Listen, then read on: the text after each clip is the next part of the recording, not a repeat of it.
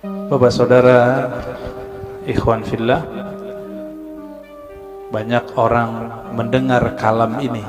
Siapa yang kenal dirinya, maka kenal Tuhannya. Sering dengar ya? Man arafa nafsahu faqad arafa rabbahu. Siapa yang kenal dirinya, dia pasti kenal Tuhannya, Rabbahu. Imam Ibnu Qudamah itu menyebutkan redaksi yang berbeda. Man arafa qalbahu arafa rabbahu. Siapa yang mengenal qalbunya, maka dia akan kenal yang membolak-balik qalbunya, yaitu Allah Subhanahu wa ta'ala. Ada yang bertanya, ini hadis atau bukan? Nah, ini pertanyaannya dua sebenarnya. Ini hadis atau bukan? Lalu maknanya apa? Setelah kita teliti, ilmu hadis itu, Bapak saudarakan Allah, jika kita buat pemetaan ilmu keislaman, bahkan semua ilmu di dunia itu dapat dirumuskan jadi 4 cara mengetahuinya. Disebut epistemologi, bahasa Arabnya madarikul ulum. Bagaimana cara mengetahui suatu hal? Yang pertama lewat indera, bukti-bukti fisik. Yang kedua akal, kita pikirkan, kita tahu. Yang ketiga kita tes. Yang keempat pakai spiritual, pakai rohani. Ilmu hadis itu yang pertama. Jadi ilmu hadis dia ilmu bukti fisik, mesti didengar, mesti ada bukti fisiknya. Maka secara ilmu hadis, hadis ini tidak bersumber dari Rasulullah sallallahu alaihi wasallam. Dari siapa ketemunya? Ternyata ketemu perkataan seorang ulama salaf namanya Yahya ibn Mu'az Ar-Razi. Yahya bin Mu'az Ar-Razi. Yahya bin Mu'az Ar-Razi ini ulama ahli qalbu di zamannya. Beliau wali besar. Kalam-kalamnya itu bukan lagi kalam kayak kita. Dia jika berkalam, kalamnya itu hampir mirip dengan kalamnya Nabi sallallahu alaihi wasallam. Sehingga dikira ketika dia berkalam begitu, itu kalamnya Rasulullah sallallahu alaihi wasallam. Itu secara apa? Ilmu hadis. Siapa yang mengatakan itu? Imam Nawawi. Lalu diikuti oleh Imam Suyuti dan imam-imam yang lain. Jadi secara ilmu hadis gak ketemu di Sahih Bukhari, gak ketemu di Sahih Muslim, gak ketemu di Sunan Abu Dawud, Tirmizi, Nasai, gak ketemu. Ketemunya di perkataan-perkataan ulama. Nah, jadi tolong Bapak saudara Allah yang hobi ngaji tasawuf, harus tahu bab ini secara ilmu hadis. Ilmu hadis pendekatannya bukti fisik, disebut dengan empirik ya. Tapi ada seorang imam namanya Ibnu Arabi yang beliau menggabungkan ilmu zahir dan batin. Beliau ini ahli hadis, tapi lebih dikenal sebagai ahli qalbu. Guru hadisnya ratusan. Buktinya beliau meriwayatkan hadis-hadis langsung dengan sanadnya kepada Rasulullah sallallahu alaihi wasallam. Jadi dia sebutkan dari gurunya sampai kepada Nabi Muhammad sallallahu alaihi wasallam. Ibnu Arabi ini dia bermimpi bertemu Rasulullah. Di dalam hadis yang sahih dikatakan man ra'ani fil manam faqad ra'ani. Siapa yang bertemu aku dalam mimpi, dia betul-betul bertemu aku. Fa inna syaitana la yatamatsalu bi. Karena syaitan tidak dapat menyerupai aku. Ibnu Arabi mengatakan ciri-ciri wali Allah itu kalau dia mimpi dia sadar dia lagi mimpi. Ibnu Arabi mimpi ketemu Rasulullah dan dia sadar ini pasti mimpi karena Rasulullah sudah wafat. Lalu apa yang beliau lakukan? Beliau bingung dengan hadis yang tadi, secara ilmu hadis tidak ketemu sumbernya. Maka beliau katakan, wahai Rasulullah, kata ahli hadis ini nggak ada sumbernya, bukan kalam engkau. Apakah benar demikian? Dijawablah oleh Rasulullah dalam mimpinya, bukan, itu kalamku wahai Ibnu Arabi. Ketika dia bangun, maka dia malu mengatakan ini bukan hadis Nabi sallallahu alaihi wasallam. Kenapa? Minimal mimpi ini benar untuk dirinya, meskipun belum tentu benar untuk orang lain. Inilah asbabnya kenapa kalam ini kemudian menjadi ambigu. Apakah ini kalam Nabi atau kalam Yahya ibn Mu'az Ar-Razi? Ya, ini secara gabungan nih. Mimpi masuk kemana? Satu tadi empirik, bukti fisik. Mimpi yang nomor 4, zauq, intuisi, qalbu, ruh. Itu mungkin nggak ini dibuktikan? Dibuktikan oleh orang yang sudah sampai ke sana. Kalau oleh ahli hadis yang tidak sampai, kemampuan rohaninya sampai ke taraf ini nggak bisa. Jadi mohon maaf Bapak, kita nggak bisa bangga juga dengan ilmu hadis. Ilmu hadis itu sendiri mirip kayak ilmu saintifik yang lain, eksak yang lain sama. Ilmu sejarah, arkeologi. Kalau sekarang apa namanya, untuk ngecek orang meninggal itu, kuku-kukunya dicek, apa namanya,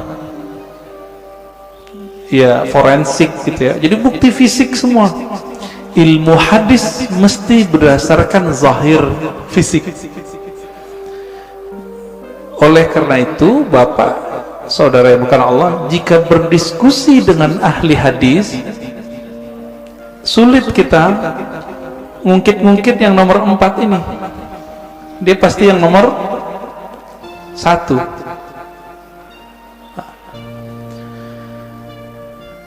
Coba lihat kalamnya. Siapa yang kenal diri, kenal Allah. Isinya benar gak? Bagus gak kalamnya? Bagus. Berarti secara ilmu hadis tidak semua kata-kata yang bagus, kata-kata yang benar itu kalam Nabi. Secara ilmu hadis banyak Pak. Bahkan tidak semua yang benar itu kalamnya Nabi. Contohnya Monas di Jakarta, benar nggak? Saya bilang Nabi bersabda Monas di Jakarta. Jadi palsu nggak? Jadi hadis palsu deh Pak. Maka tidak semua kata-kata yang benar, kata-kata yang baik itu pantas dikatakan bersumber dari Rasulullah sallallahu alaihi wasallam. Nah, ilmu hadis begitu Pak, agak kaku. Ilmu hadis ini dia harus dibuktikan. Saya ketemu guru saya ketemu gurunya. Ini sebagai contoh hadis yang paling sering kita dengar, innamal a'malu bin niat. Hadis ini Imam Bukhari mengambilnya dari ahli Mekah, namanya Humaidi. Gimana ketemunya? Oh, ternyata Imam Bukhari melakukan rihlah sekaligus haji. Bertemulah dengan Imam Al-Humaidi, murid dari Imam Syafi'i. Terbukti. Nah, secara ilmu hadis dikatakan muttasil, hadisnya nyambung. Makanya innamal a'malu binniyat, hadisnya sahih, ditaruh di nomor 1 dalam Sahih Bukhari. Imam Bukhari sering mimpi ketemu Rasulullah, iya, tapi mimpinya dia tidak taruh di bab hadis. Ada seorang imam namanya Al-Baihaqi, punya kitab judulnya Syu'abul Iman dan Zuhud. Di kitab beliau menukil kalam Nabi tapi yang didapat orang dalam mimpi, dan itu populer Pak di masjid-masjid kita, khotib-khotib kita dulu. Tahun 2006 seorang profesor nelfon saya dulu di UIN, saya waktu itu masih kuliah. Dia telepon, "Ar-Razi, ente ngaji hadis bukan?" "Iya, saya mau khutbah besok tapi bingung ini hadis itu bukan." Wah, kita kaget Pak, profesor masih mau nanya sama mahasiswa. Akhirnya saya katakan, "Hadis apa Prof?" "Hadis siapa yang hari ini sama dengan kemarin maka dia merugi." Tahu hadis itu ya? Yang hari ini lebih buruk dari kemarin maka dia terlaknat. Saya senyum, "Maaf Prof, itu bukan hadis, tapi itu kalam Nabi yang didapat oleh Imam Abdul Aziz bin Rawat dalam mimpinya." Kata Imam Baihaqi, qala Abdul Aziz bin Rawat, berkata Abdul Aziz bin Rawat, "Ra'aitun Nabiyya sallallahu alaihi wasallam fil manam yaqul." Aku mendengar Nabi sallallahu alaihi wasallam di dalam tidur berkata. Kata di dalam tidurnya dihilangin oleh khotib-khotib, sehingga jadinya gimana? Aku mendengar Nabi bersabda, "Siapa yang hari ini sama dengan kemarin fahuwa maghbun." Siapa yang hari ini beda dengan kemarin, lebih buruk dari kemarin, fahuwa mal'un, terlaknat. Nah itu, ini disebut hadis mimpi. Tapi ingat, hadis mimpi bukan hadis secara ilmu hadis. Tapi kalau versi yang keempat itu hadis Pak. Maka versi keempat hadis Nabi gak berhenti sampai sekarang berlanjut. Menurut versi yang keempat, dari mana buktinya? Buktinya Nabi sendiri mengatakan, "Siapa yang bertemu aku dalam mimpi, dia betul-betul bertemu aku." Loh, tahu dari mana ketemu Nabi? Kalau ingin dibuktikan, buktikan secara fisik. Baca cerita Nabi, fisik Nabi, Syama'il Nabawiyah, perhatikan mimpinya sama atau tidak. Ini mazhab ahli hadis. Ahli hadis mensyaratkan jika mimpi ketemu Nabi, mesti karakter yang kita lihat sama seperti yang di hadis. Contohnya, Nabi suka pakai baju hijau, pakai serban, terus pakai tutup, ya, ada yang mirip Sayyid Muhammad Alawi Al-Maliki.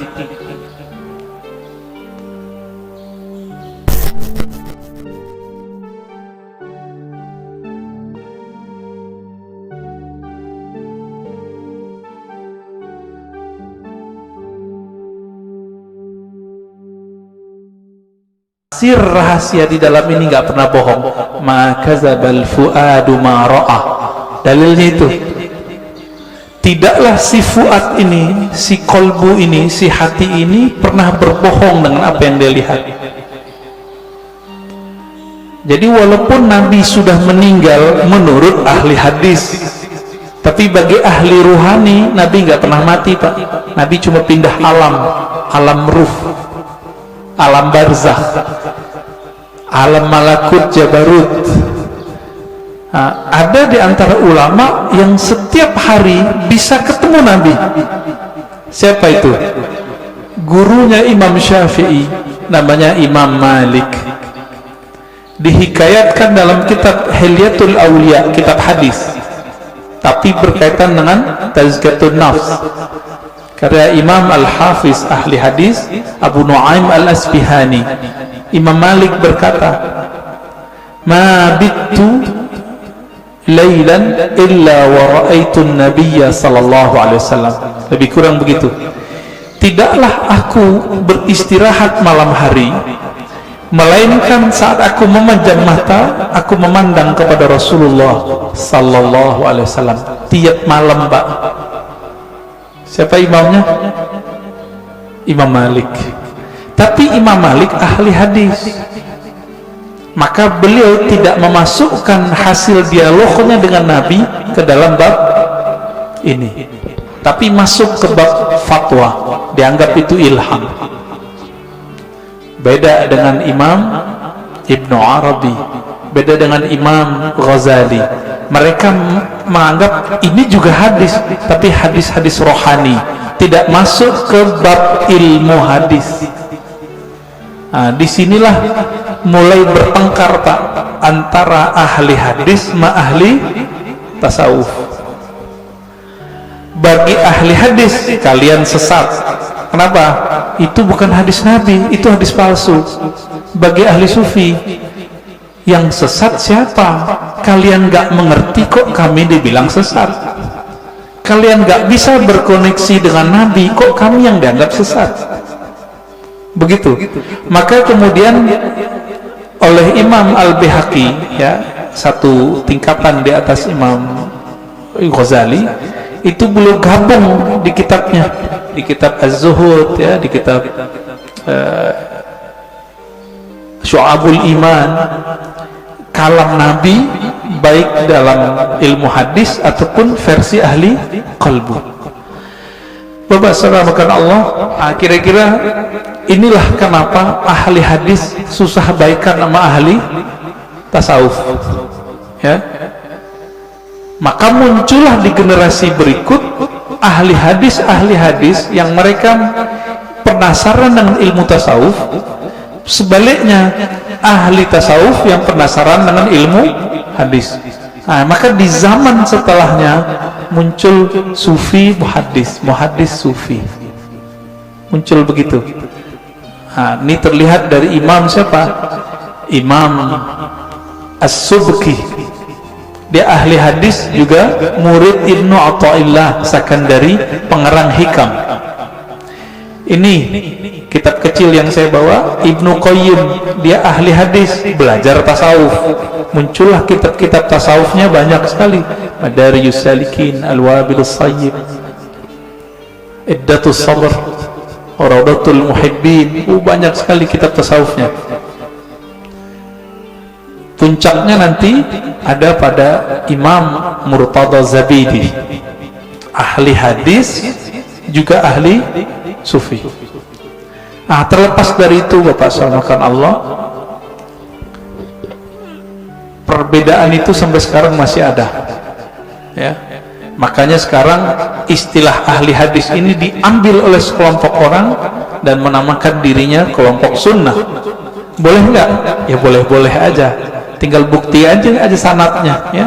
Punya sanad nggak kepada Rasulullah Sallallahu Alaihi Wasallam? Karena ilmu hadis ilmu sanad, nggak punya sanad kazzab, maka dia pembohong. Lalu benarkah kalam man arafa nafsahu faqad arafa rabbahu? Kita sudah katakan tadi itu benar.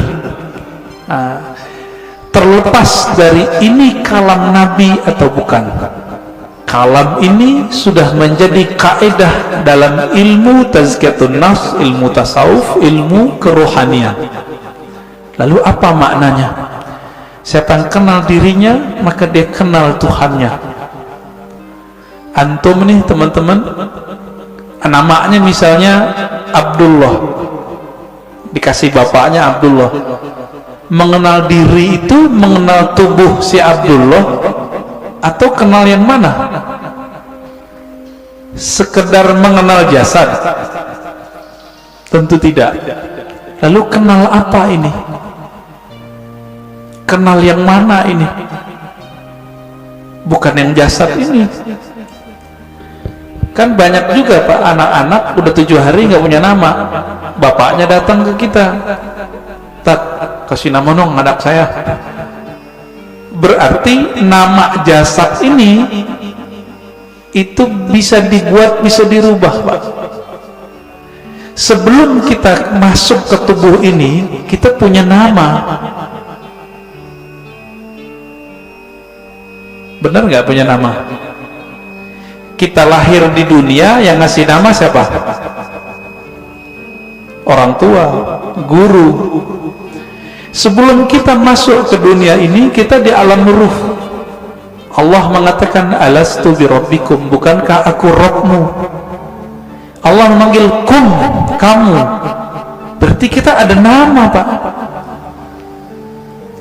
Cuma nama ini disimpan di dalam dada Rasulullah Sallallahu Alaihi Wasallam. Kita nggak tahu. Ditanyalah oleh orang Bani Israel, orang ahli kitab, ya Muhammad, apa itu ruh? Turunlah ayat, yas'alunaka anir ruh. Mereka bertanya kepadamu mengenai ruh. Katakanlah, ruh itu urusan Allah. Kamu tidak diberi ilmunya kecuali sedikit.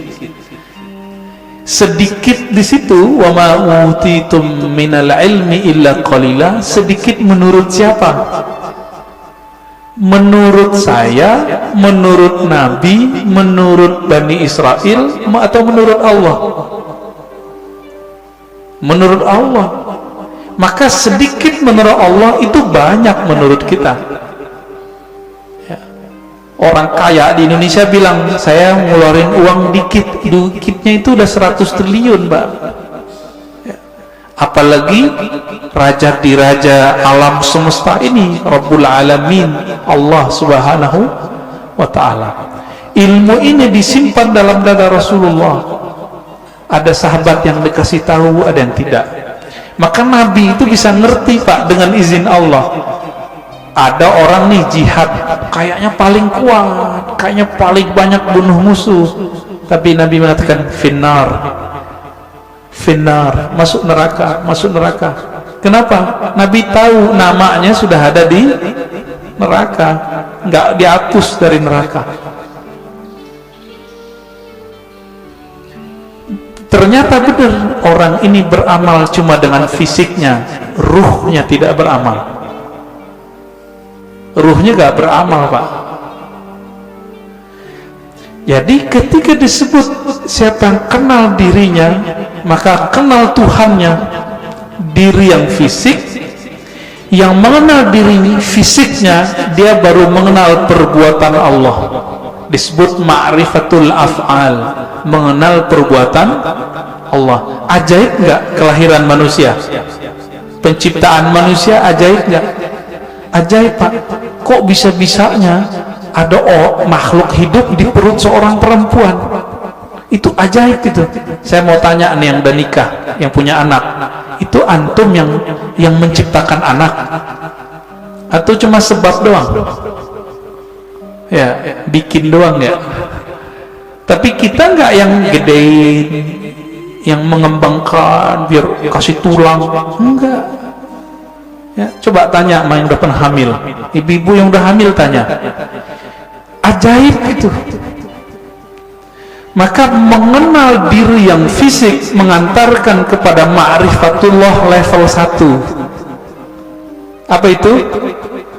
Ma'rifatul af'al, ma'rifatu af'alillah, mengetahui perbuatannya Allah Subhanahu wa Ta'ala. Itulah yang dibahas dalam surah Al-Mu'minun itu, ya, ayat 11 ya. Begitu juga di surat Ar-Rum, ya, sebelum ayat tentang pernikahan itu kan tentang penciptaan kita semua. Dari nggak ada jadi ada, dari tanah kok bisa jadi hidup, kok tiba-tiba bisa melawan kepada Allah. Itu dia, namanya ma'rifatu fi'lillah. Jadi kalau ada ahli biologi, ahli ilmu-ilmu eksak tidak mengenal Allah lewat ini, lewat dia, berarti dia tersesat, nggak mengenal Allah. Itu satu. Diri yang fisik. Nah, kita punya diri yang disebut dengan nafs tadi. Jadi nafs itu sendiri artinya ada nafs fisik, ada nafs jiwa. Orang kita nyebutnya sukma, perasaan. Nah, itu masuk di situ. Yang bilang saya emosi, nah itu dia. Saya jatuh cinta, nah ada itu. Seneng, sedih, itu masuk ke si nafs ini. Yang nafsunya besar, yang nafsunya kecil, penakut, pemberani, itu si nafs. Nah, punya nggak nih? Punya ya? puja kita. Inilah yang dikatakan di Quran, wa man nahan nafsa anil hawa fa innal jannata hiyal ma'wa. Yang mampu menahan, mengendalikan nafs jiwanya, maka dia dapat surga. Nah, ini ma'rifat apa nih? Ini masih sama, ma'rifatu fi'lillah, perbuatan Allah, cuma perbuatannya yang tidak tampak secara fisik. Jadi perbuatan Allah ini kan ada yang tampak secara fisik, ada yang tidak tampak. Ini masih sama. Ilmu untuk memahami ini disebutlah ilmu tazkiyatun nafs. Jadi tazkiyatun nafs itu baru cabang dikit dari tasawuf. Karena orang alergi dengan ilmu tasawuf, nggak mau mereka nyebut istilah tasawuf. Takut ditinggal jamaah. Kalau ustadz udah takut sama jamaahnya, terus jamaah takut sama siapa dong? Ya? Kalau si ustadz udah bergantung kolbunya kepada jamaah, lalu jamaah bergantung kolbunya sama siapa? Jadi kalau ada di antara antum yang ustadz dai, jangan dai ngikutin murid, jangan guru ngikutin selera murid, murid yang ngikutin guru. Gitu seharusnya. Kalau enggak, itulah yang Nabi lakukan. Nabi enggak diikuti oleh ahlu Mekah, maka beliau berhijrah. Hijrah beliau menjaga idealisme seorang guru. Nah, ini perlu, Pak. Itu diperlukan ma'rifat yang ketiga, mengenal diri yang qalbiyah, diri kolbu. Yang mengenal diri kolbu, nah, kolbu kita, nah, di kolbu ini kalau nafsnya rusak, dia ngefek ke kolbu. Nafsnya nih punya karakter bengis, kolbunya hitam. Nafsnya suka bangkang, kolbunya hitam, meradang dia, Pak. Kalau kita meradang mulut, sariawan bisa menikmati makanan nggak? Nggak bisa. Makanannya kolbu adalah zikrullah, baca Quran, sholawat. Kalau sudah meradang itu kolbu, dibawa sholat nggak enak. Dibaca Quran pun kita mikir, enaknya apa ya baca Quran? Kalau kolbunya lagi rusak, rasain aja Pak sendiri. Zikir, katanya zikir menenangkan jiwa, kok nggak tenang-tenang, malah tambah bingung, malah tambah syak. Zikir itu bening, bener gak? Zikir bening, Pak. Kolbu itu wadahnya zikir, sehingga nanti dia bisa menyantap. Wadahnya lagi kotor, bersihin dulu, diobati dulu, baru dia bisa menikmati. Masalahnya sudah bertahun-tahun nih kolbunya berkarat, bener gak? Nah, bersihinnya pakai apa, Pak? Itu yang disebut taubat nasuha. Taubat nasuha itu beda dengan misalnya nih gelas habis dipakai, airnya air putih, cukup dikasih keran bersih, air keran, nggak usah digosok. Tapi kalau ini pakai minyak, ada minyak lengket di situ, harus digosok nggak? Nah, ini yang disebut taubat nasuha. Jadi taubat nasuha itu menggosok kolbu kita supaya bersih dengan pengakuan dosa kepada Allah. Nah, di dalam ajaran Islam nggak ada pengakuan dosa ke ustadz, nggak ada, ke pendeta nggak ada, Pak, ke guru nggak ada, ngaku kepada Allah. Semua kita kan punya dosa nih, bener Pak? Ada yang nggak punya dosa? Saya cium tangannya, Pak. Makanya kita dianjurkan cium tangan anak kecil. Makanya Bapak nggak boleh marahin anak kecil atau ngusir anak kecil dari masjid. Terganggu-terganggulah. Kenapa? Nabi lagi khutbah Jumat, Hasan Husain datang, turun, diambil, digendong. Lagi sholat, naik ke punggung Nabi, ikut sholat. Keberisikan iya, tapi sekali kita usir dia, nanti anak tuh mikir masjid itu tempat orang-orang galak ya, gitu. Benci nanti dia ke masjid, Pak. Nah, yang benar diatur orang tuanya juga harus perhatian. Bapak saudara makan Allah, jika kita sudah sampai mengenal diri si kolbu itu cuma mau satu, asma Allah. Asma Allah ada di Quran, ya, ada di sholawat, ada di zikir. Intinya zikirlah. Semakin banyak kita mengenal nama Allah, semakin banyak makrifat di dalam kolbu. Maka di sini wajib ada kajian Asmaul Husna, Pak. Udah ada belum? Harus ada, Pak, di sini. Termati bawa apa? Mati bawa apa ntar? Bawa asma Allah. Jangan bawa nama-nama bapak kita, nggak kepake. Bapak gue kiai, nggak kepake, Pak. Saya Ustadz Haji, yang kan nggak dipakai. Habib pun nggak laku, Pak, dikubur. Bapak ini keturunan Rasulullah, nggak laku dikubur kalau nggak bawa ma'rifat. Malah diragukan, masa keturunan Rasulullah begini, kata malaikat itu, ya. Kalau nanti Rasulullah bawa syafaat mungkin, tapi kan malaikat Munkar Nakir ini seperti orang yang jaga depan kantor, Pak. Dia nggak mau tahu, yang lewat dia periksa, bener gak? Bapak saudara Allah, ma'rifat qalbu itu hanya dengan mengenal nama dan sifat Allah. Jadi coba deh di sini dibuat nanti kajian Asmaul Husna yang mateng, bukan yang separuh-separuh, enggak. Jangan, yang mateng kajiannya.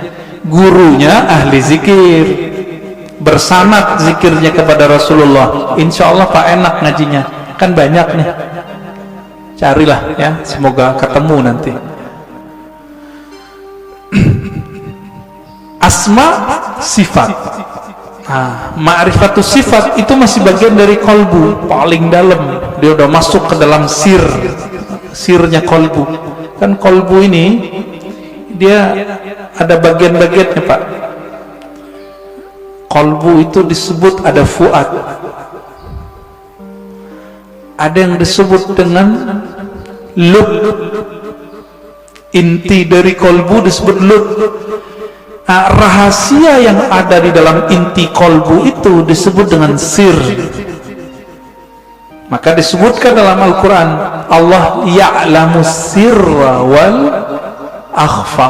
Allah mengetahui yang sir, yang tersembunyi, bahkan yang akhfa, yang samar. Itu ketahuan oleh Allah SWT. Di mana kesimpannya itu? Itu di dalam kolbu paling dalam. Kita ini semua dulu kan pernah ketemu Allah. Memori itu kesimpan di situ, Pak. Ada yang ingat nggak? Nggak ada yang ingat ya? Bener. Makanya Allah utus Rasul. Supaya apa? Memantik sir supaya dia kemudian kembali muncul. Ketika muncul sir itu bernama zikir. Ketika dibahasakan dia bernama ma'rifat. Ma'rifat itu ungkapan pengenalan si hamba kepada Allah Subhanahu wa ta'ala. Bapak nih pernah ketemu dengan seseorang dulu, kesimpan nggak di memorinya? Kesimpan. Ketemu seseorang yang berkesan. Apanya yang berkesan? Parfumnya. Nanti kita ketemu parfum yang sama, itu teringat, Pak, wajahnya. Itulah sebabnya jika ada orang benar teknik berzikirnya, bersambung sanad zikirnya kepada Rasulullah SAW, lisannya menyebut, akalnya memaknai, kolbunya merenungi, ruhnya merasakan, nangis dia saat itu seperti orang pulang kampung. Pertama orang pulang kampung habis merantau, rasanya gimana? Terharu, Pak. Nah, kalau Bapak Ibu ini kan pada hari raya di luar kota, lagi merantau, malam takbiran nangis dengerin takbiran. Kenapa tuh nangis? Ingat kampung, kirain ingat Allah. Takbiran ingat Allah, nangis. Wah, itu arif billah namanya, kenal Allah dia. Takbiran nangis, ingat siapa? Kampung. Kita lupa, kita punya kampung lain namanya kampung arwah. Lupa apa ya? Kampung arwah. Ngapain si arwah di kampung itu? Dia menatap Allah Subhanahu wa ta'ala. Dia menatap Allah, Pak. Supaya dia bisa menatap Allah lebih dekat, apa yang dia lakukan? Dia mendekat kepada nur sumbernya. Itu yang disebut Nur Muhammad. Jadi dulu itulah yang dikatakan oleh Nabi, kuntu nabiyan, aku sudah jadi nabi. Adam belum dicipta, udah jadi nabi di alam ruh. Makanya roh-roh itu mendekat semua kepada Rasulullah supaya bisa tetap dekat memandang Allah Subhanahu wa ta'ala. Itu Pak maknanya. Itu kalau kita punya ruh yang bercahaya, pasti rindu ingin mengenal ilmu ini, pengen mengenal ilmu ini. Itu yang bikin orang nangis. Nangisnya permanen, Pak. Tangisan itu yang bisa memadamkan api neraka. Kalau tangis yang malam takbiran tadi enggak, itu mah tangis pulang kampung. Mau pulang gak ada duit. Atau kayak tahun-tahun ini kan mau pulang kena covid, dompetnya Pak kena covid, nggak bisa pulang, nangis. Itu nangis apa? Teringat kampung fisik.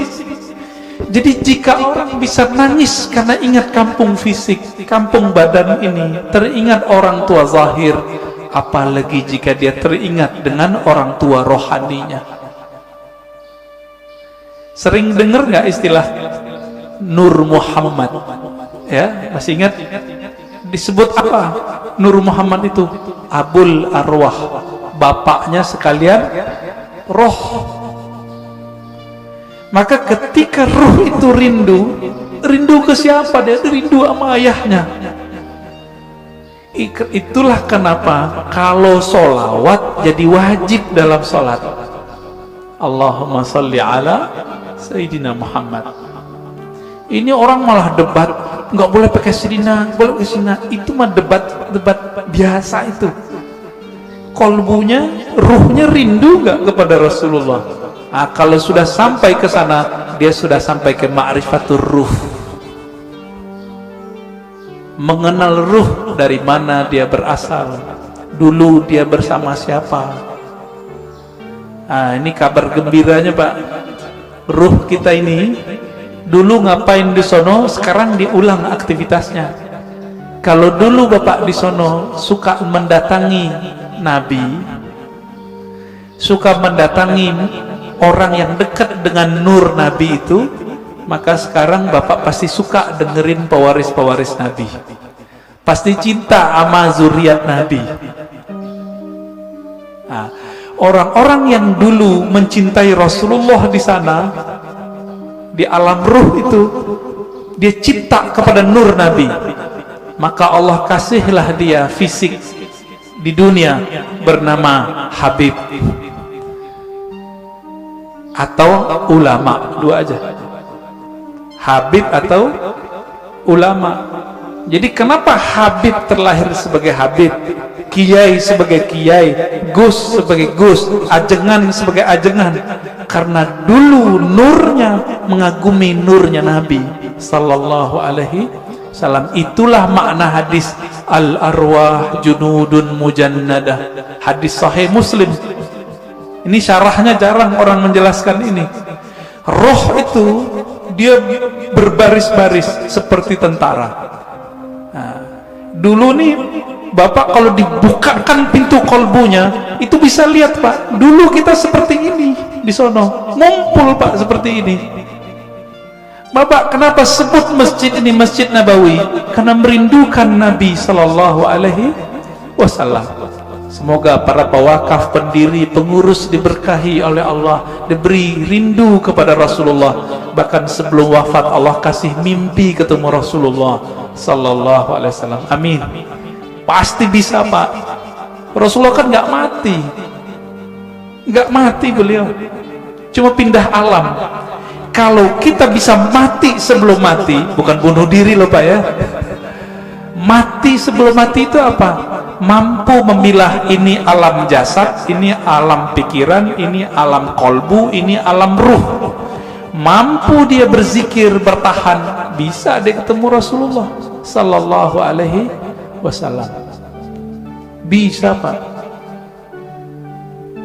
Dulu Sayyid Muhammad Alawi Al-Maliki kalau mau ngapa-ngapain itu nanya sama muridnya, masih hidup, saya nggak usah sebut namanya, kalau disebut ntar jadi orang mengkultuskan beliau nanti.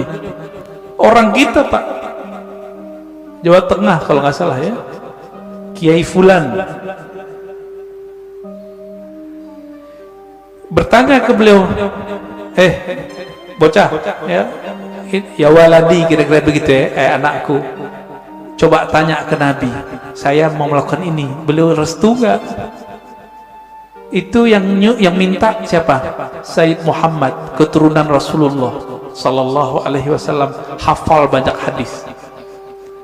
Muridnya pakar mimpi ketemu Rasulullah, karena sholawat nggak berhenti beliau, sholawat aja terus. Maka Bapak Ibu saudara makan Allah, jika ingin bertemu Rasulullah, sholawat terus.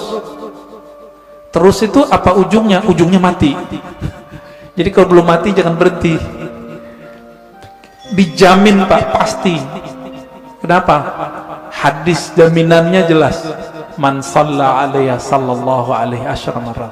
Yang salawat kepadaku, Allah salawat kepadanya 10 kali. Saya mau tanya nih, ini 10 kali menurut kita atau menurut Allah? Coba lihat bahasa Arabnya. Sallallahu alaihi. Allah bersolawat kepadanya 10 kali. Berarti menurut Allah atau menurut kita? Kita ini Pak, cukup dapat 1 salawat dari Allah, pasti masuk surga. Salawat disertai rahmat, masuk surga. Kalau 10 ketemu Rasulullah sallallahu alaihi wasallam, ketemu Rasulullah pasti. Maka Nabi mengatakan, ini garansi Rasulullah, orang yang paling dekat kepadaku nanti siapa? Aksaruhum salatan, yang paling banyak bersolawat kepadaku. Inilah media kalau mau ketemu Rasulullah. Bisa. Siapa yang bilang nggak bisa ya? Nabi mengatakan nanti di akhir zaman ada Dajjal. Seandainya aku hidup saat itu, akulah hajijun alaikum, akulah pembela kalian. Secara fisik Nabi nggak ada Pak, tapi kan pewarisnya ada. Pewarisnya itulah disebut Al-Imam Al-Mahdi. Imam Mahdi, apa kata beliau? Namanya seperti namaku. Nama dalam bahasa Arab ismun. Ismun artinya tingkatan dan kemuliaan, bahkan ilmu. Itu artinya. Bukan Muhammad bin Abdullah. Muhammad bin Abdullah mah banyak habaib namanya dari dulu Muhammad bin Abdullah, tapi bukan Imam Mahdi. Ya.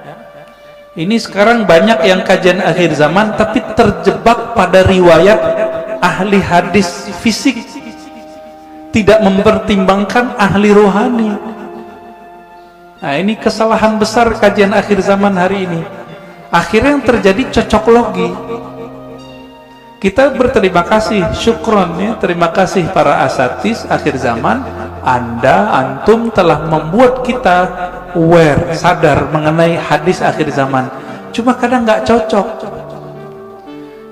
Hidungnya lurus gitu ya. Itu mah ciri fisik habaib, rata-rata begitu hidungnya. Ya? Bukan itu kalau mengenal Rasul. Rasul itu kolbunya yang mau dilihat. Berarti ini yang disebut ismun tadi. Ya. Maka yang keempat itu Bapak selamatkan Allah, siapa yang mengenal ruhnya, maka dia mengenal Allah secara hakiki, dia mengenal Rasulullah secara hakiki.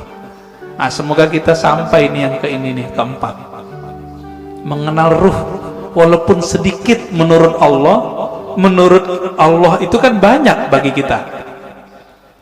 Setetes saja Allah beri, itu udah lautan bagi kita, ya. Nah, caranya banyak-banyak aja Pak sholawat. Bapak ini kan mohon maaf ya, pemalas ngajari guru, maunya didatangin guru mulu, ya enggak? Carilah guru yang bisa mengajarkan zikir Pak Rifatullah. Nanti diajarin Pak cara berselancar kepada Allah. Tapi kalau masih males, udah sholawat aja dulu. Nah, nanti sholawat ini nurnya akan membimbing kita, insya Allah, ya.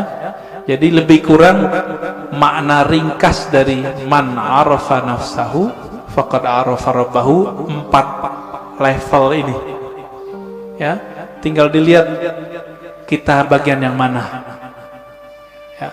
Semoga kajian ini bermanfaat. Silakan kalau ada tanya jawab, ya.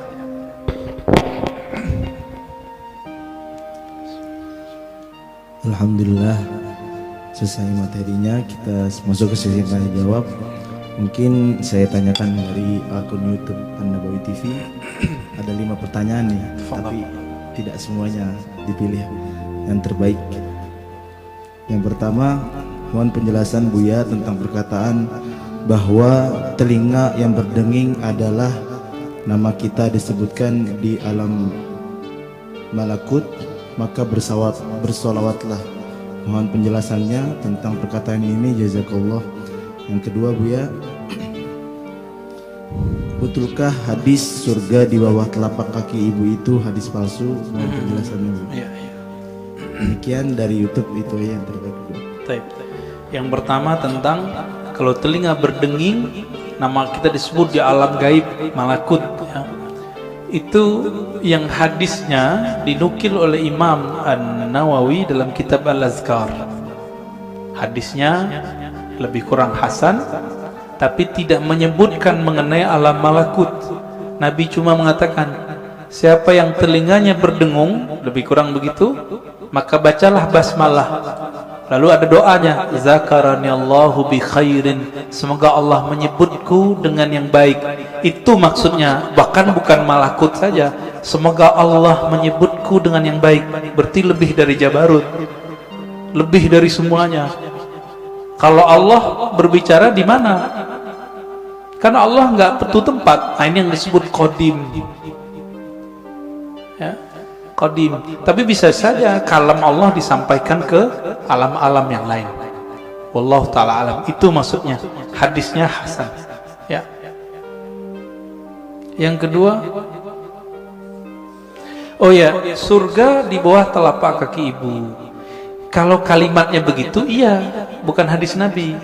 Tapi yang ada di hadis Nabi, ridhonya Allah di bawah ridhonya orang tua, itu hadisnya. Ya, kemudian yang semakna dengan itu ada di hadis Imam Al-Hakim. Ada. Tapi kalimatnya bukan di bawah kaki gitu, enggak seperti itu di hadis yang ininya. Ya. Fadhal. Kalau aneh nggak tahu, aneh bilang nggak jawab ya, nggak ngerti gitu. Yang kedua, yang ketiga dan yang keempat, bagaimana cara kita mengalahkan nafsu ketika masa-masa futur? Yang kedua, Buya, untuk bab akidah, hakikat Allah dan arafa rabbahu, ulama sepakat harus memakai dalil hadis sahih untuk hujjah. Lalu bagaimana dengan hadis dari mimpi tadi bisa dihujjah akidah? Oke, bagus. Yang pertama tadi tentang cara mengalahkan nafsu. Di Quran itu kalimatnya cuma naha. Naha itu bukan mengalahkan. Naha, apa arti naha? melarang.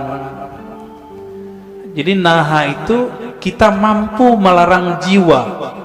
Ini yang disebut mengontrol. Gimana caranya? An-nafs itu tidak bisa dizikirkan, dia cuma bisa dikontrol. Jika berkaitan dengan hawa nafsu, itu urusannya dengan makan. Maka jaga makannya, jangan yang haram dan jangan banyak. Jangan banyak ya. Jika berkaitan dengan syahwat yang besar, maka kurangi makan-makan yang membuat libido kita tinggi. Yang paling ringkas ya puasa. Puasa itu paling bagus.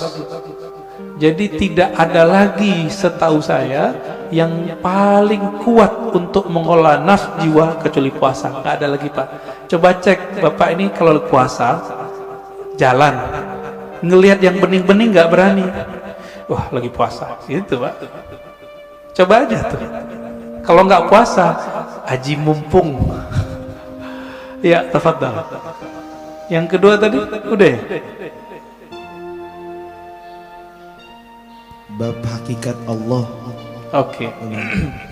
Hakikat Allah tidak diketahui kecuali oleh Rasulullah Sallallahu Alaihi Wasallam. Termasuk nanti Imam Mahdi itu mengerti hakikatnya Allah, ya, karena beliau pewarisnya Nabi. Plak, apa yang Nabi tahu ada di dalam kolbunya. Tapi bagaimana dengan mimpi? Bagaimana dengan kaidah tadi? Untuk hujjah akidah mesti hadisnya sahih, bahkan mesti mutawatir oleh sebagian ulama. Itu bab ilmu akidah. Ilmu akidah babnya bab akal. Ilmu akidah bab akal. Oke, kalau mimpi tadi bab mana? Yang nomor 4. Ya, orang ahli akal nggak percaya sama mimpi. Orang yang jago mimpi ketawa sama ahli akal, ilmumu segitu aja. Ya, jadi kita nggak perlu membantah. Ini dua jalur yang berbeda, gitu. Nabi SAW mimpi nggak? Mimpi Pak. Wahyu pertama yang turun ke Nabi itu mimpi. Hadis Sahih Bukhari, kitab Bad'il Wahyi. Awal ma budi'a bihil wahyu ar-ru'ya salihah. Kira-kira begitu kalimatnya. Wahyu pertama yang turun itu bukan Quran. Yang pertama turun cahaya turun kepada qalbu Nabi sehingga beliau melihat mimpi yang indah. Akibatnya beliau suka menyepi. Faitahannas fi ghari Hira. Lalu beliau menyepilah di Gua Hira. Itu. Jadi kalau kita menolak bab mimpi sama dengan menolak bab wahyu. Ingat, mimpi siapa nih? Mimpi waliullah, mimpi nabiullah. Kalau mimpi bapak ibu mungkin ya kita tolak aja ya. Tapi Nabi mengatakan di akhir zaman hampir-hampir saja mimpi semua orang beriman itu benar. Pada beriman gak sih? Beriman gak? Beriman gak? Benar ke siapa?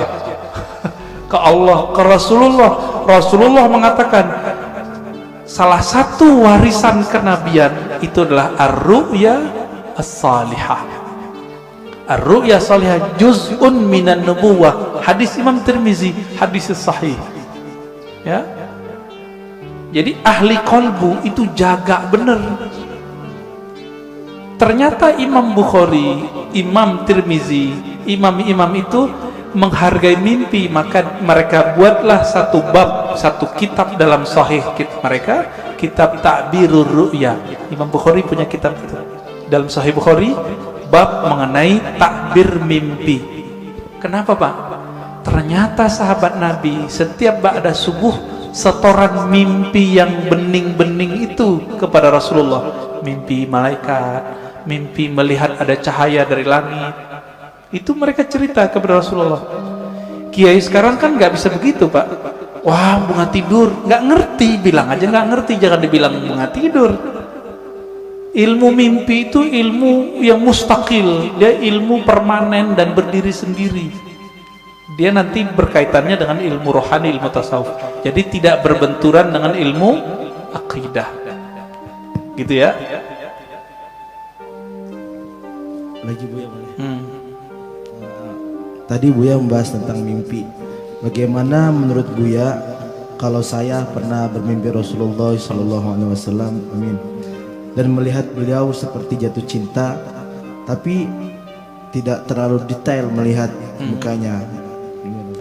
Iya, kita sudah bacakan hadisnya tadi. Nabi bersabda, man ra'ani fil manam faqad ra'ani. Bahkan ada satu riwayat, faqad ra'al haq. Siapa yang bermimpi bertemu aku, maka ia telah melihat al-haq, kebenaran. Bahwa itu benar-benar Nabi sallallahu alaihi wasallam. Tapi kok kurang jelas? Kurang jelas itu karena ma'rifatun nabinya kurang jelas. Karena mengenal nabinya masih kurang detail, maka melihat nabinya masih samar. Bahkan ada teman kita yang mimpi Nabi itu nggak mau noleh, Pak. Nggak mau noleh. Cerita ke saya nangis-nangis. Dad, Rasulullah marah sama saya ya. Ada yang begitu. Antum bisa bayangkan, kita mau ketemu orang yang kita cintai, kita idolakan, tapi dia nggak mau noleh. Ruhnya nangis. Gimana caranya? Udah ente sholawat aja, banyak-banyak baca salam kepada Rasulullah, nanti insya Allah Nabi jawab. Alhamdulillah besok-besok ada yang mimpi lagi. Jadi ini bukan kita ngayal, bukan. Ini beda dimensi dia. Kalau ingin cek kebeningan kolbu, tanya mimpinya apa. Jika bapak saya ini kita lagi kotor, jiwa kita kotor nih, mau kiai, mau ustad, mau jamaah, mau tahajud, kotor Pak, pasti mimpi basah. Jadi kalau mimpi basah, tobat Pak, tobat rohani. Dosa enggak, tapi rohani kita, oh kayaknya hati kita kotor.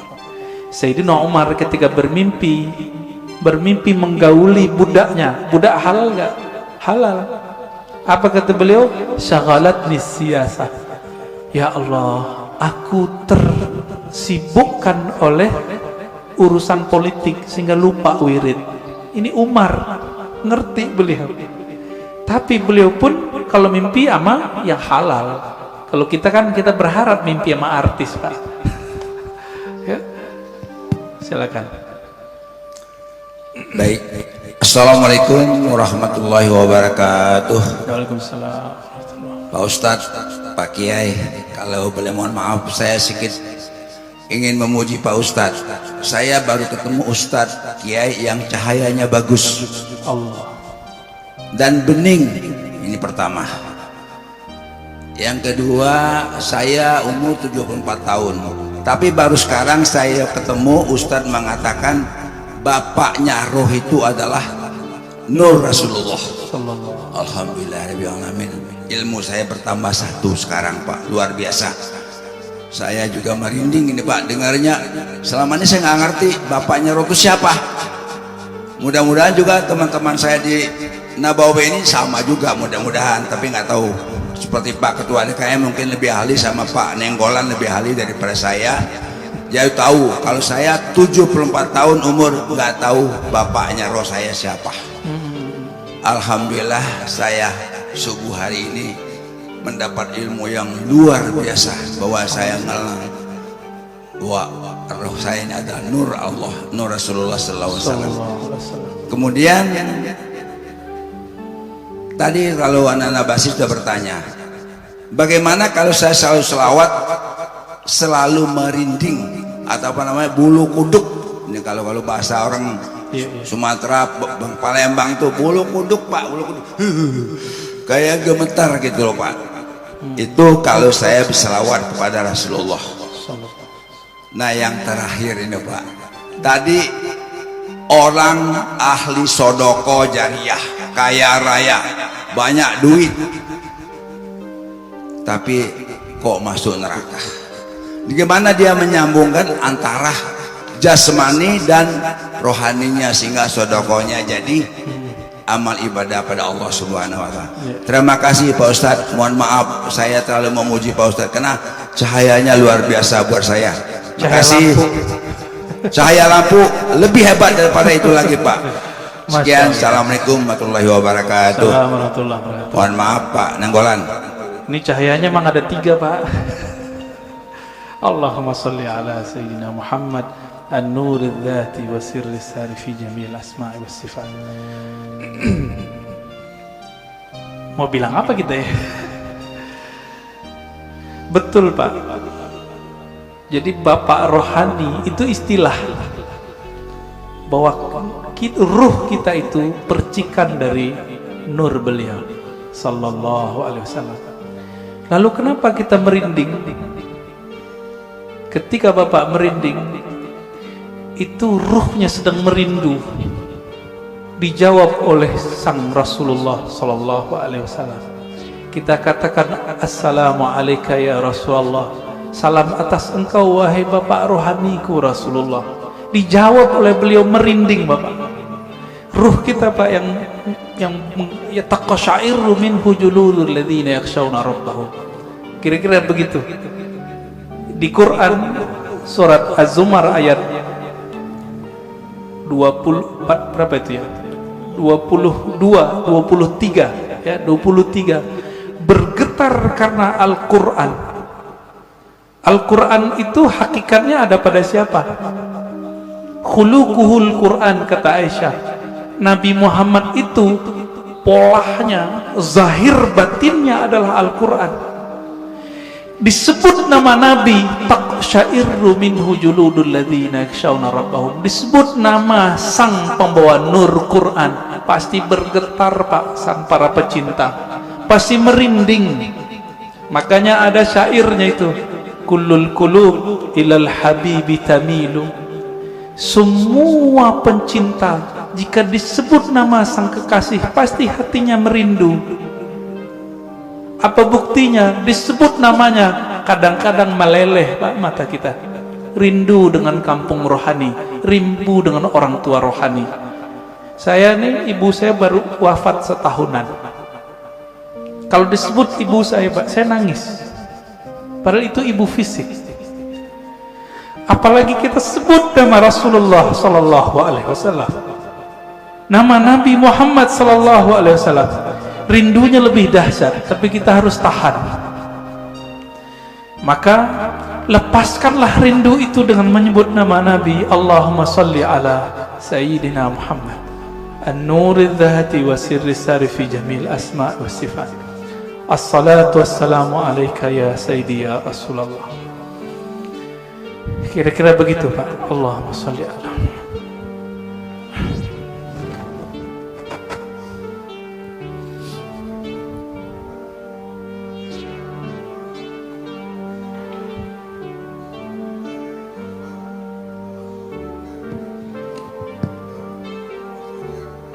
Bapak rohani kita adalah Rasulullah Sallallahu alaihi wasallam.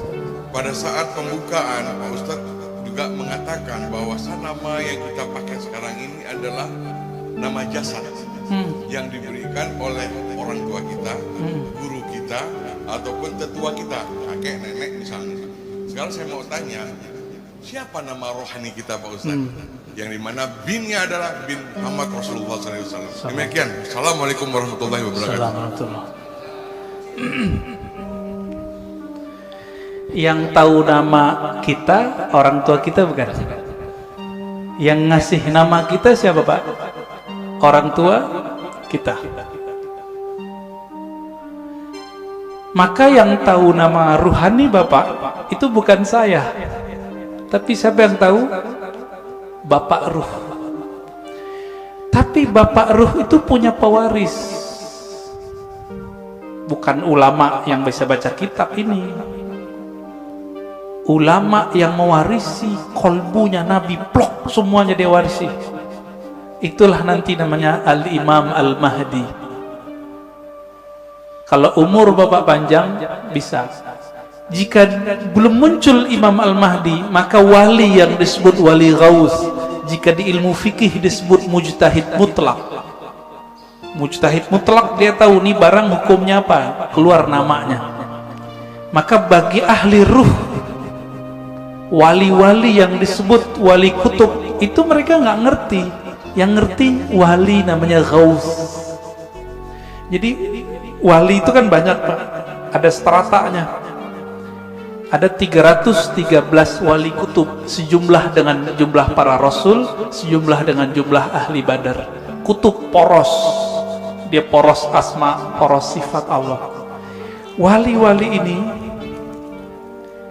ada satu pemimpin yang jadi guru mereka, orang tua rohani mereka sekarang ini.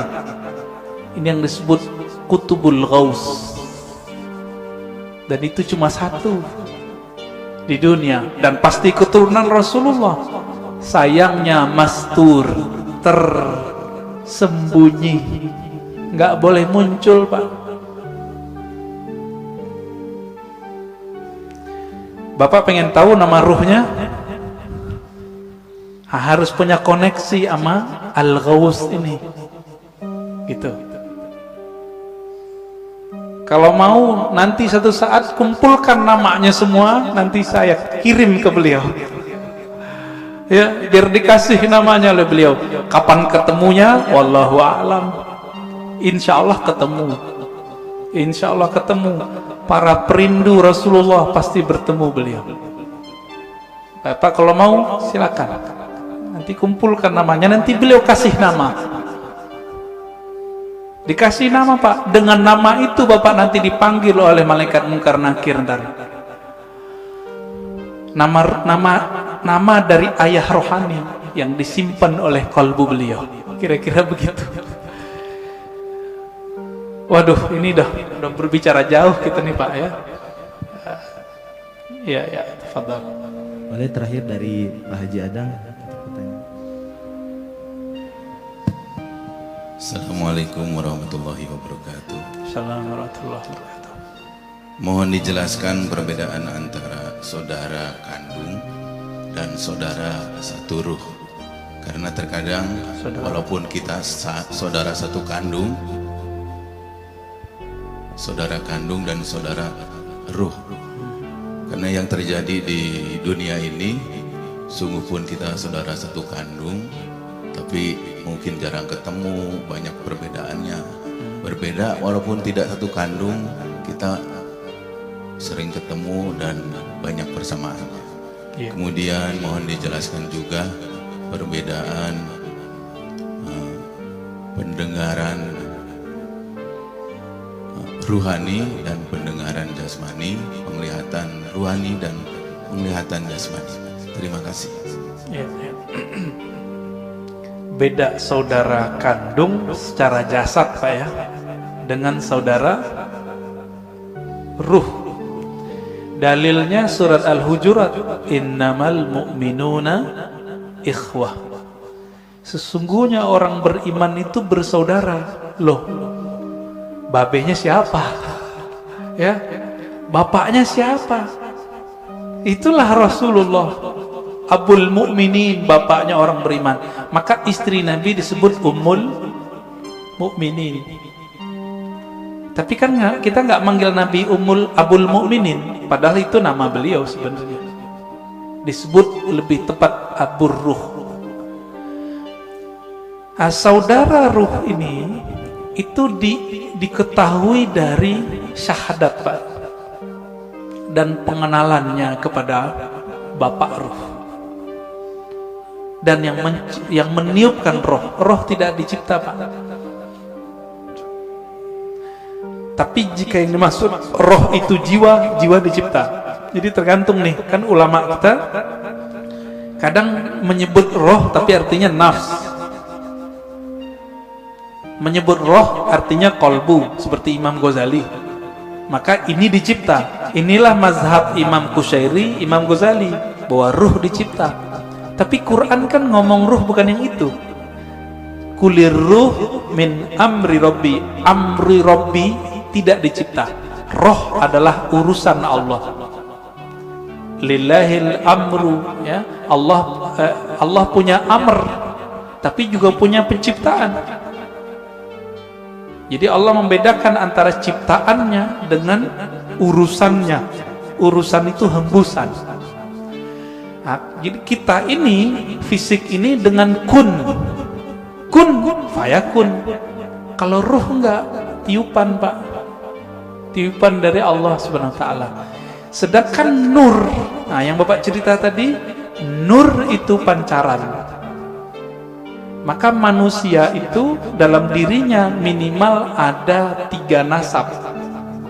Ada nasab jasad, ada nasab nur, ada nasab ruh.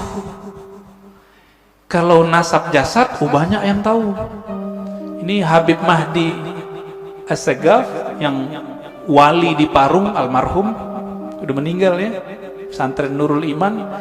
Itu dia berangkat ke Masjidil Haram, duduk di pintu apa gitu ya, tiba-tiba ada orang nyapa, kamu si anu ya, bin sampai ke Rasulullah.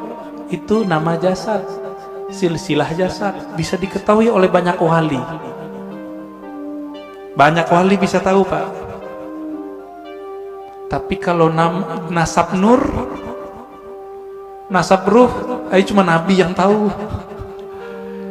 Karena kolbu Nabi diwariskan nanti isi ilmunya ke Imam Al-Mahdi, maka beliau tahu Pak nanti. Tapi nantinya udah nggak lama loh Pak ya. Jangan dikira 100 tahun lagi, enggak.